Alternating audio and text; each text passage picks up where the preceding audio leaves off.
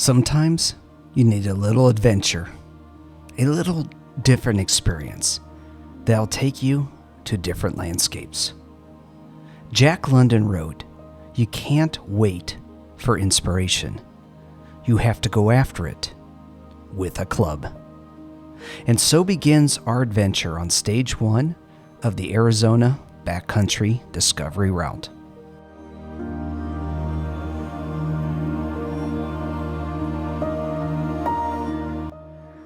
Good morning, everybody. So I am here at the start of stage 1 of the Arizona Backroads Discovery route.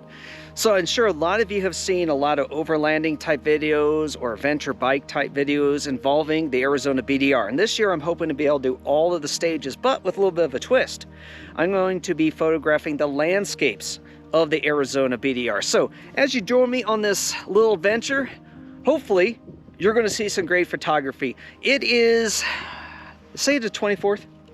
Yeah, it's either the 23rd, 24th. Yes. It's the 24th of January. We have got the next 2 days we're doing this part of the route because we're also stopping near the Empire Ranch to do some astrophotography as well. So we're taking a little extra time as we transverse stage number 1. But we could not have asked for better weather for here in January. We're going to have crystal clear blue skies the entire time. Hope you guys enjoy this. We're going to air down the tires on the Jeep and get things rolling.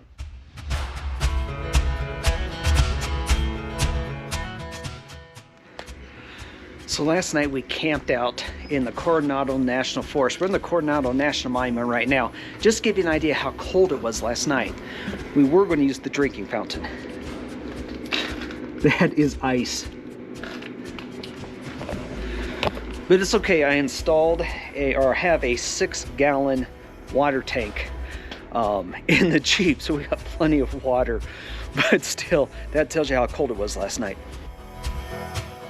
Believe it or not, this is really the first time I've had the chance to air down my Jeep. So I'm trying out this little tool a buddy of mine gave me to make it go faster.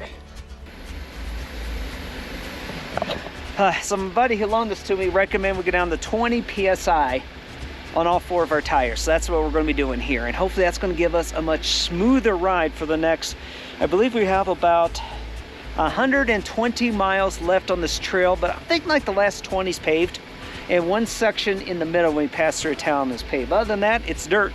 So we're going to be riding on air down tires. Using a little bit of teamwork, we quickly got the tires air down.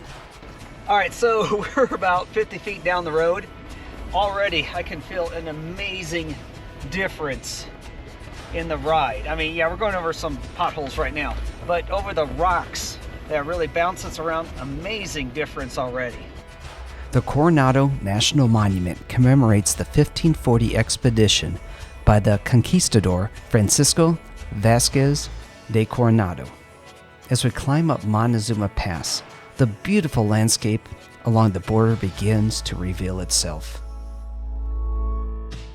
The pass itself is at 6,575 feet above sea level.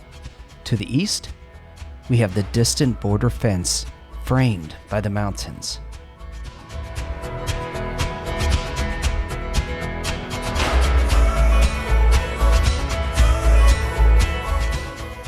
To the west, the vast grasslands along the border that we're going to be exploring today. While you're up here, remember that this is bear country. Also, sign the guest book.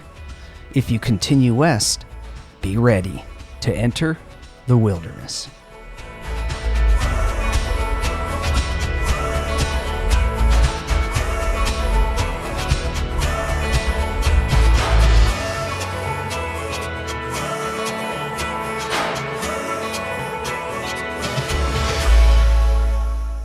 Once you get off the mountain, your vistas will disappear for a while as you transition between the shrub forest and then eventually into the grasslands.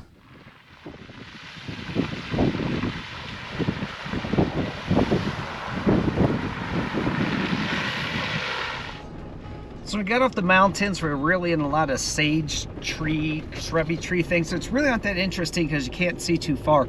But we're starting to get into this area that's grasslands. And this is what I was really hoping to see.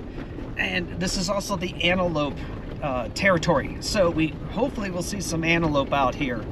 But anyhow, one of the things that I'm trying to do is also try and get some more of those lone tree images. Tony just saw one back there that turned out to be really good. But now we're coming up on, let's start here. Now we're coming up on this huge grassland area. So hopefully we can find something. Oh yeah, this is beautiful. Wow. Wow's right, no trees. But we can see, so now we're on the lookout for antelope. So where are the famous saguaro cactus? We are still about a mile above sea level, too high for them to watch over this part of the desert. Living in the Sonoran Desert, I welcome the opportunity to see different types of landscapes.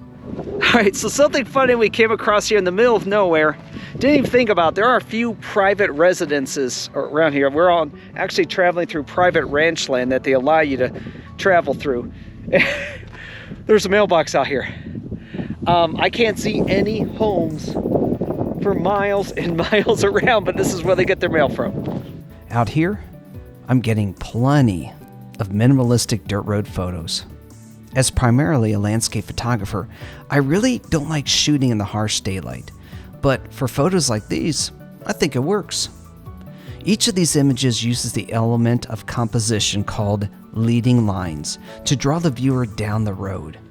As for the story that these photos show, well, it's an unwritten journey that's waiting to be experienced. Well, we're just going to stop here and just get some snacks and fill up our water bottles. So the beautiful mountain back here is actually in Mexico. It looks like we're about 2 or 3 miles from the border right now. So we're stopping here while we're a little ways away because we're not going to stop too long while we're down there. But we have the cows to keep us company.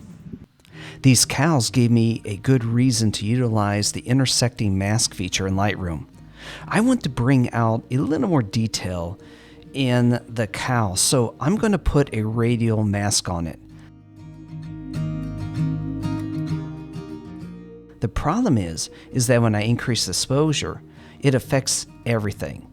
Instead, I will intersect this mask with a color mask and only select the color of the cow. Now my adjustments only affect our future steak dinner.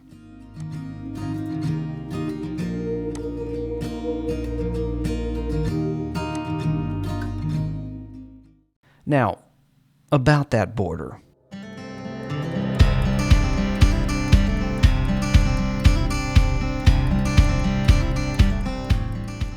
Welcome to the U.S.-Mexico border.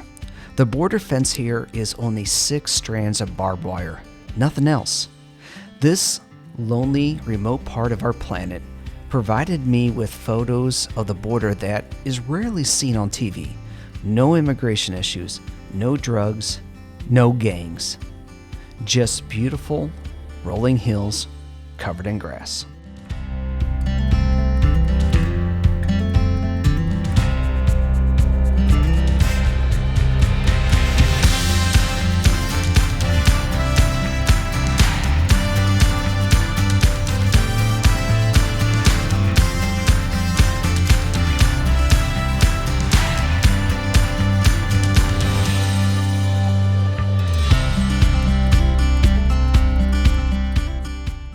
When dry, these roads can be traveled on by the family car, but be ready. We did pull over and helped a gentleman and his elderly father with a flat tire. They had a spare and plenty of water though. When traveling through these remote roads, be ready to self-rescue.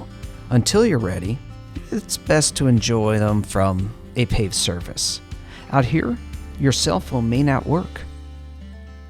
In Cenotia, we're able to find gas and get a few snacks before heading back into the desert for our campsite.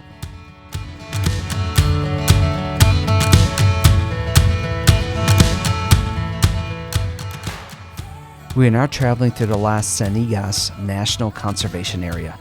Administered by the Bureau of Land Management, the BLM has the responsibility of administering 247.3 million acres of land.